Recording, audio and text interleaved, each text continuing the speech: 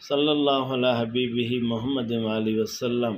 سعادت الدارین میں ہے کہ شیخ محمد حنفی ایک بڑے اکابر بزرگدین تھے۔ ان کے ساتھی شیخ شریف الدین نعمانی علیہ رحمہ خواب میں دیکھا کہ حضور اکرم صلی اللہ علیہ وسلم ایک بڑے خیمہ میں تشریف فرما ہیں۔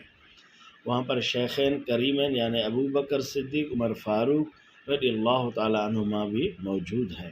بزرگان دین آ رہے ہیں، سلام دے رہے ہیں۔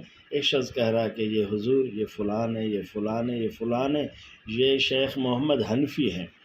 جب شیخ محمد حنفی علیہ رحمہ وہاں پہنچے تو حضور نے ان کو قریب بٹھایا۔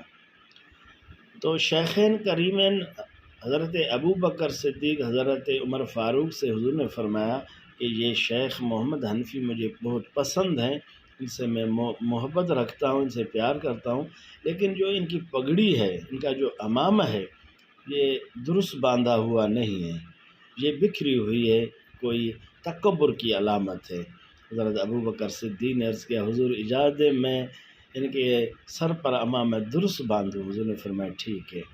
حضرت ابو بکر صدیق ان کے عمامہ کو پکڑ کر باندھنا شروع کیا اور اس کے ایک شملے کو بائیں طرف، جس طرح یہ بائیں طرف ہے فقیر کا، ان کو لٹکا دیا۔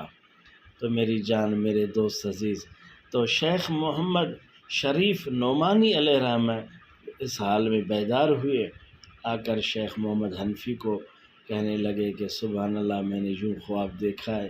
شیخ محمد حنفی رونے لگے محبت میں، ان کے ساتھی بھی رونے لگے، کہا سبحان اللہ، آپ کو مبارک ہو، حضور کی زیارت ہوئی۔ پھر اگر زیارت ہو یہ حضور سے پوچھنا کہ حضور آپ شیخ محمد حنفی سے کس سبب سے وجہ سے پیار کرتے ہیں۔ چند دن بعد شیخ محمد شریف نعمانی علیہ رحمہ کو حضور کی زیارت ہوئی۔ عرض کیا حضور آپ شیخ محمد حنفی سے کیوں پیار کرتے ہیں، کیوں محبت رکھتے ہیں؟ حضور نے فرمایا اس لیے کہ سورج کے غروب ہونے کے بعد تنہائی میں بیٹھ کر درود و سلام پڑھتے ہیں۔ میرے جان، میرے دوست عزیز، سبحان اللہ، معلوم ہوا کہ درود سلام پڑھنے والوں کے ساتھ حضور پیار کرتے ہیں، محبت کرتے ہیں، اور ان کی جو بات حضور کو پسند نہ ہو ان کی اصلاح کرتے ہیں۔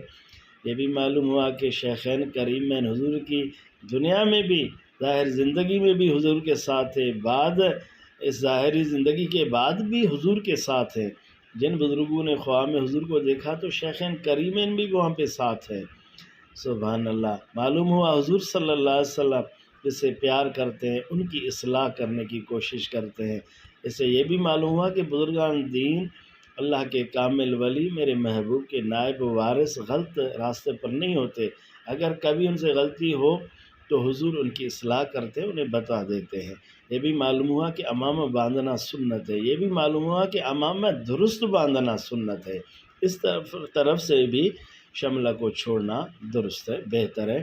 لیکن شیخ امام عینی علیہ رحمہ بخاری شریف کے شرح عمدۃ القاری میں لکھتے ہیں کہ یہ اس طرح بھی بزرگان دین علماء نے کہا کہ درست ہے، لیکن بہتر سب سے ہے کہ پیچھے سے ان کو چھوڑنا چاہیے۔ درست ہیں، امام ربانی مجدد الفسانی کے خلفاء خود بھی اس پیچھے کی طرف سے چھوڑا کرتے تھے۔